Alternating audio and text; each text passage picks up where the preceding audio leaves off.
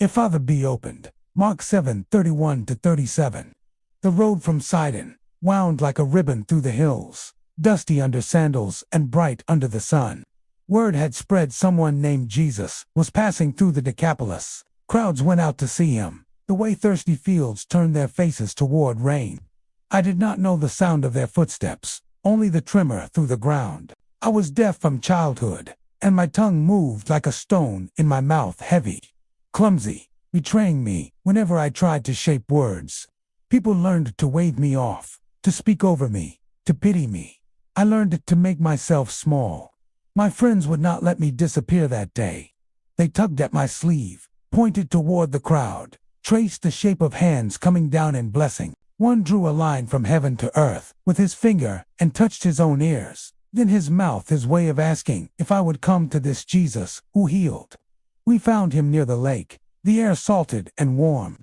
The crowd pulsed around him, speaking, pleading, pressing. My friend stepped forward and gestured with urgency, the same sign for please we had used since we were boys. The rabbi watched him, then looked at me. His eyes did not dart away, the way most do when they notice my silence.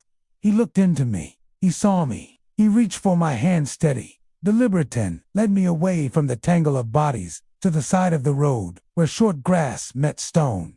The soundless world loosened its grip on my chest. When everyone else faded from view, he turned to face me fully, as if I were the only one he had come to meet. Then he began to speak in a language I understood. Touch.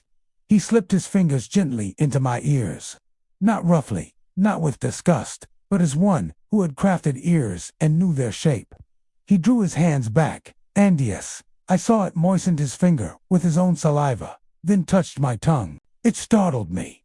The world has always kept its distance from what is broken. This man moved closer. He took into his own hands the body parts that had failed me and marked them as his concern. Then he lifted his eyes to the sky and heaved a breath I could not hear but could feel in the rise and fall of his chest, a deep sigh, old as sorrow, a prayer made of breath. I later learned what he said. One word in the language of our fathers, Ephphatha, be opened. And then, how do I tell it? The world tore open like a curtain at noon.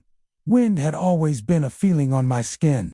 Suddenly, it had a voice, whispering rush and restless laughter in the grasses.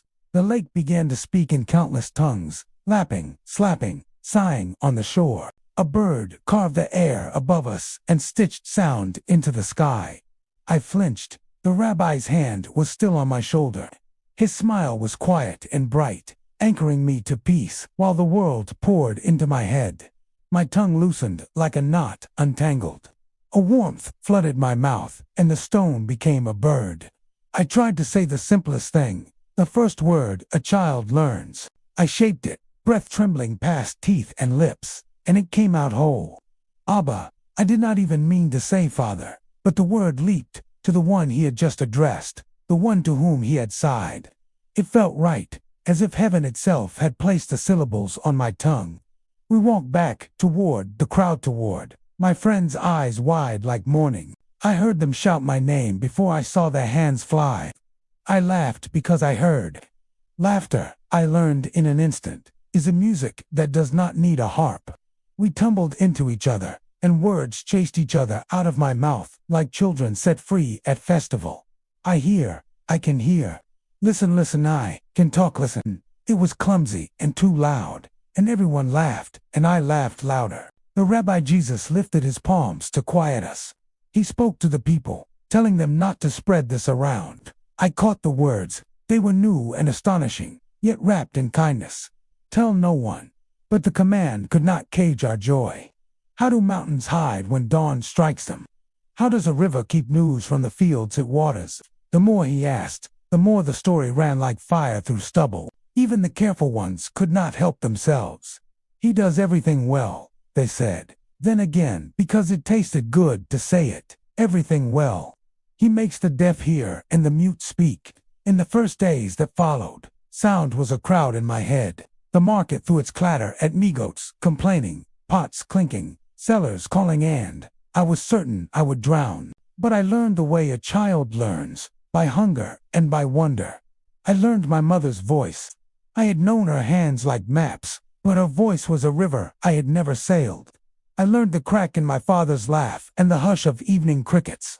I learned my own voice, to the edges of words, the corners of sentences, the soft strength of speaking truth.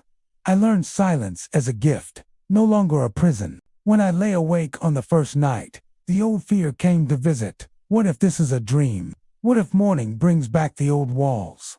I reached to touch my ears in the dark and felt where he had touched me. I whispered into the night because I could, because it was new, because gratitude fills whatever room it is given. Thank you. And then I noticed something else. The man S.I. had taken something out of the world, like a thorn pulled from flesh. It was as if he had felt, for a moment, the weight that had pressed on me all my life, and by feeling it, he had lifted it. I did not have language yet to describe what I sensed, but I would spend the rest of my life learning. His compassion does not stand at a distance. It steps in, takes on, and bears away. People later asked how it happened. I tried to tell them without dressing it up. He took me aside. He touched what hurt. He prayed with a sigh. He spoke a word. Everything opened. That is all. That is everything. Lord Jesus, you who do all things well, take me aside today and touch the places in me that cannot hear you and cannot speak of you. Breathe your compassion over my fears. Say again your living word for Ephphatha, my heart, my ears, my tongue, my life. Open me to your presence and let my voice tell of your goodness. Amen.